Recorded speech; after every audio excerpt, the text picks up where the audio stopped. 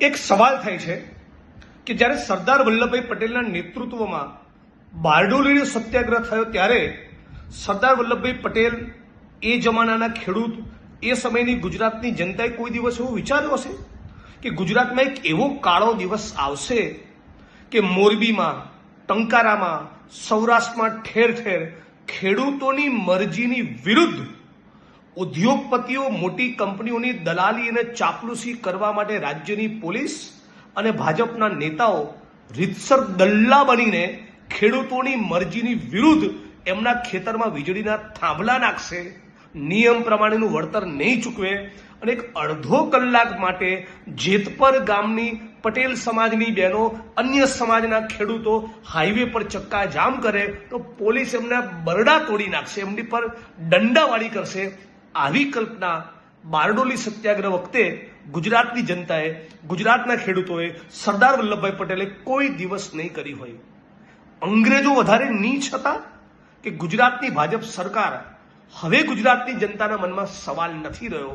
જે પ્રમાણે બર્બરતાપૂર્વક ખેડૂતોને મારી રહ્યા છે, જે પ્રમાણે એમની પર ખોટા કેસ કરી રહ્યા છે, જે પ્રમાણે એમની મરજીની વિરુદ્ધ એમના ખેતરમાં, એક નાના ખોબા જેવા ખેતરમાં 2000 પોલીસવાળા ઘૂસી જાય અને એસપી અને આઈજી બધા સરકારના તાલ ઉપર રાસડા લેતા હોય અને જાણે ગુજરાતની બાકીની જનતાને પેટનું પાણી જ નાલતું હોય અને આખા ગુજરાતના તમામ છાપા ચેનલો એકાદ બે અફવાને બાદ કરતા સાવ મૌન બની ગયા હોય. મને લાગે છે કે આ ગુજરાતની વર્તમાન પેઢી, એ ગુજરાતની આવનારી પેઢી, એ ગુજરાતની આ પરિસ્થિતિને જોઈને એ આપણી પર હસવાની છે.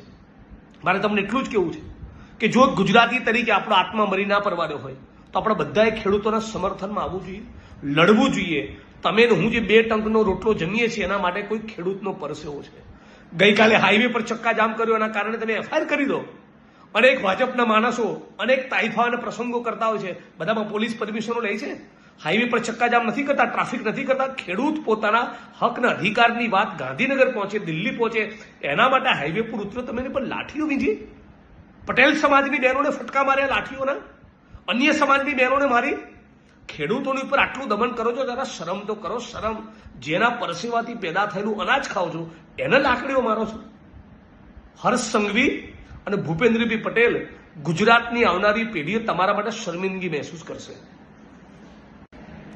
એક સવાલ થાય છે કે જ્યારે સરદાર વલ્લભભાઈ પટેલના નેતૃત્વમાં બારડોલીનો સત્યાગ્રહ થયો ત્યારે સરદાર વલ્લભભાઈ પટેલ એ જમાનાના ખેડૂત એ સમયની ગુજરાતની જનતાએ કોઈ દિવસ એવું વિચાર્યું હશે કે ગુજરાતમાં એક એવો કાળો દિવસ આવશે કે મોરબીમાં, ટંકારામાં, સૌરાષ્ટ્રમાં ઠેર ઠેર ખેડૂતોની મરજીની વિરુદ્ધ ઉદ્યોગપતિઓ મોટી કંપનીઓની દલાલી અને ચાપલુસી કરવા માટે રાજ્યની પોલીસ અને ભાજપના નેતાઓ રીતસર દલ્લા બનીને ખેડૂતોની મરજીની વિરુદ્ધ એમના ખેતરમાં વીજળીના થાંભલા નાખશે, નિયમ પ્રમાણેનું વળતર નહીં ચૂકવે અને એક અડધો કલાક માટે જેતપર ગામની પટેલ સમાજની બહેનો અન્ય સમાજના ખેડૂતો હાઈવે પર ચક્કા જામ કરે તો પોલીસ એમના બરડા તોડી નાખશે, એમની પર દંડાવાળી કરશે.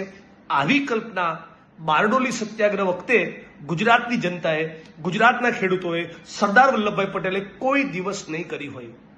અંગ્રેજો વધારે નીચ હતા કે ગુજરાતની ભાજપ સરકાર? હવે ગુજરાતની જનતાના મનમાં સવાલ નથી રહ્યો. જે પ્રમાણે બર્બરતાપૂર્વક ખેડૂતોને મારી રહ્યા છે, જે પ્રમાણે એમની પર ખોટા કેસ કરી રહ્યા છે, જે પ્રમાણે એમની મરજીની વિરુદ્ધ એમના ખેતરમાં, એક નાના ખોબા જેવા ખેતરમાં 2000 પોલીસવાળા ઘૂસી જાય અને એસપી અને આઈજી બધા સરકારના તાલ ઉપર રાસડા લેતા હોય અને જાણે ગુજરાતની બાકીની જનતાને પેટનું પાણી જ નાલતું હોય અને આખા ગુજરાતના તમામ છાપા ચેનલો એકાદ બે અફવાને બાદ કરતા સાવ મૌન બની ગયા હોય. મને લાગે છે કે આ ગુજરાતની વર્તમાન પેઢી, એ ગુજરાતની આવનારી પેઢી, એ ગુજરાતની આ પરિસ્થિતિને જોઈને એ આપણી પર હસવાની છે. મારે તમને એટલું જ કહેવું છે કે જો ગુજરાતી તરીકે આપણો આત્મા મરી ના પરવાનો હોય તો આપણે બધાએ ખેડૂતોના સમર્થનમાં આવવું જોઈએ, લડવું જોઈએ. તમે હું જે 2 ટંકનો રોટલો જમીએ છીએ એના માટે કોઈ ખેડૂતનો પરસેવો છે. ગઈકાલે હાઈવે પર ચક્કા જામ કર્યો એના કારણે તમે એફઆઈઆર કરી દો. અનેક ભાજપના માણસો અનેક તાઇફા અને પ્રસંગો કરતા હોય છે, બધામાં પોલીસ પરમિશનો લે છે.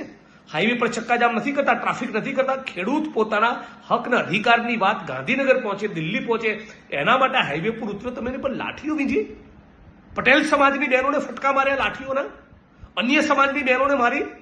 ખેડૂતોની ઉપર આટલું દમન કરો છો, જરા શરમ તો કરો, શરમ. જેના પરસેવાથી પેદા થયેલું અનાજ ખાઓ છો એને લાકડીઓ મારો છો. હર્ષ સંઘવી અને ભૂપેન્દ્રભાઈ પટેલ, ગુજરાતની આવનારી પેઢીઓ તમારા માટે શર્મિંદગી મહેસૂસ કરશે.